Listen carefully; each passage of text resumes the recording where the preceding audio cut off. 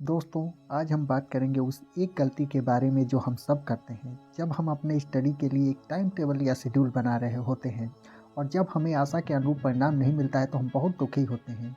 किंतु अगर हम उस एक गलती को भली भांति समझ लें तो मुझे पूरा विश्वास है कि सफलता की प्राप्ति काफ़ी हद तक सहज हो जाएगी।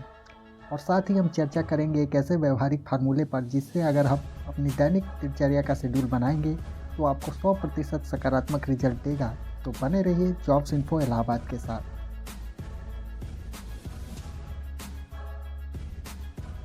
दोस्तों, अगर आप ध्यान देंगे तो पाएंगे कि हम जब भी अपनी पढ़ाई का टाइम टेबल बनाते हैं या तो हम बहुत दुखी होते हैं या बहुत ज़्यादा जोश में होते हैं और यहीं पर हम वह गलती करते हैं और शेड्यूल में व्यवहारिकता से ज़्यादा अपनी भावनाओं को वरीयता देते हैं।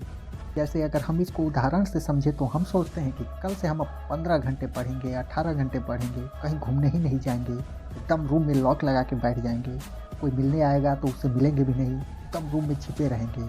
और इसी तरह हम अपना टाइम टेबल इतना कठिन और अव्यावहारिक बना देते हैं कि शायद हम 1-2 दिन तो उसका पालन कर भी लें, अन्यथा पूरी तैयारी के दौरान उसका पालन या अनुसरण करना नामुमकिन हो जाता है।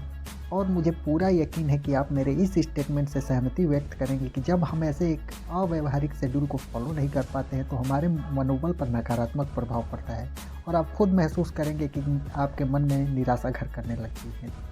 हमने गलतियों पर तो बहुत विस्तृत चर्चा कर ली, लेकिन सबसे बड़ा सवाल तो आपके मन में यह होगा कि आखिर हम एक कारगर और व्यवहारिक टाइम टेबल कैसे बनाएं और बनने के बाद उसका पालन कैसे करें।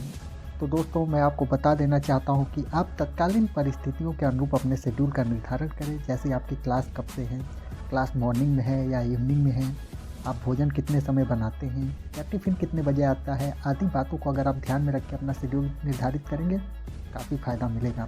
कभी भी सामान्य परिस्थिति में प्रतिदिन पढ़ने का टारगेट 8 से 10 घंटे से ज़्यादा का तय न करें। हालांकि परीक्षा नज़दीक हो तो उचित बदलाव किए जा सकते हैं। अपने शेड्यूल में एक्सरसाइज, रेस्ट आदि को जगह दें और यथासंभव पालन करें, क्योंकि स्वास्थ्य भी जरूरी है। आपने जो प्रतिदिन 8 से 10 घंटे पढ़ाई करने का समय तय किया है उसको 2-2 घंटे की सिटिंग में करें, अर्थात 2 घंटे पढ़ने के बाद थोड़ी देर ब्रेक लें, चाय पिएं। मुझे आशा है कि यह तरीका लगाकर आप एक सरल और व्यवहारिक टाइम टेबल बनाने में अवश्य सफल होंगे। साथ ही हम इस वीडियो में इस बात पर चर्चा कर लेते हैं कि शेड्यूल का पालन कैसे करें। तो दोस्तों, किसी भी परीक्षा की तैयारी, चाहे वो प्रतियोगी परीक्षा हो, बोर्ड, कॉलेज, यूनिवर्सिटी का एग्ज़ाम हो, उसमें सफल होना है तो आपके व्यक्तित्व में अनुशासन होना पहली शर्त होती है। पर मैं अपने व्यक्तिगत अनुभव के आधार पर आपको एक सलाह अवश्य देना चाहता हूँ। आप अपने शेड्यूल में तय कार्य की टाइमिंग को लचीला रखें, जो काफ़ी हद तक आपको मददगार साबित होगी।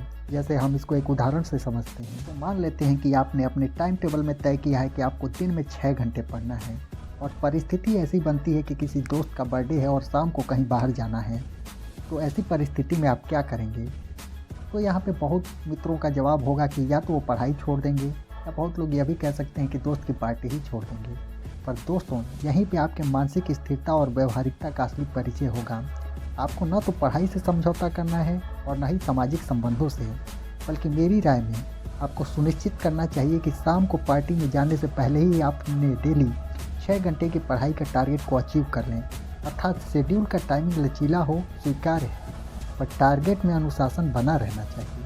और इस फॉर्मूले को हम फॉलो करें दोस्तों तो काफ़ी मदद मिलती है। जैसे मान लीजिए कि 6 घंटे पढ़ना है, ज़रूरी नहीं है कि जो समय आपने तय किया हो उसी टाइम पे पढ़ना हो सकता है कि शाम को कहीं आपको जाना है, मूवी देखने जाना हो, कहीं घूमने जाना हो, तबीयत ख़राब हो जाए, किसी से मिलने ही जाना हो, तो उस टाइम पे आप अपनी पढ़ाई का जो टारगेट है 6 घंटे का उसको कंप्लीट पहले कर लें। उसके बाद आप जाके जो मन करे वो करिए। लेकिन ऐसा नहीं है कि उससे समझौता करके आप ये सोचेंगे कि चलो पहले घूम आता हूँ उसके बाद फिर पढ़ाई करूँगा, ये गलत हो जाएगा। आप पहले पढ़ लीजिए 6 घंटे, उसके बाद फिर जाके जो मन करे वो करिए। यहाँ पर मैं आपसे यह कह सकता हूँ दोस्तों कि अगर इन सब बिंदुओं को अपने जीवन में आप उतार लेते हैं तो विश्वास करिए आपको फ़ायदा अवश्य मिलेगा। अगर आपको यह वीडियो इन्फॉर्मेटिव लगी हो तो कृपया वीडियो को लाइक और शेयर करें और ऐसे ही अन्य वीडियोज़ के लिए चैनल को सब्सक्राइब करें। आपका बहुत बहुत धन्यवाद।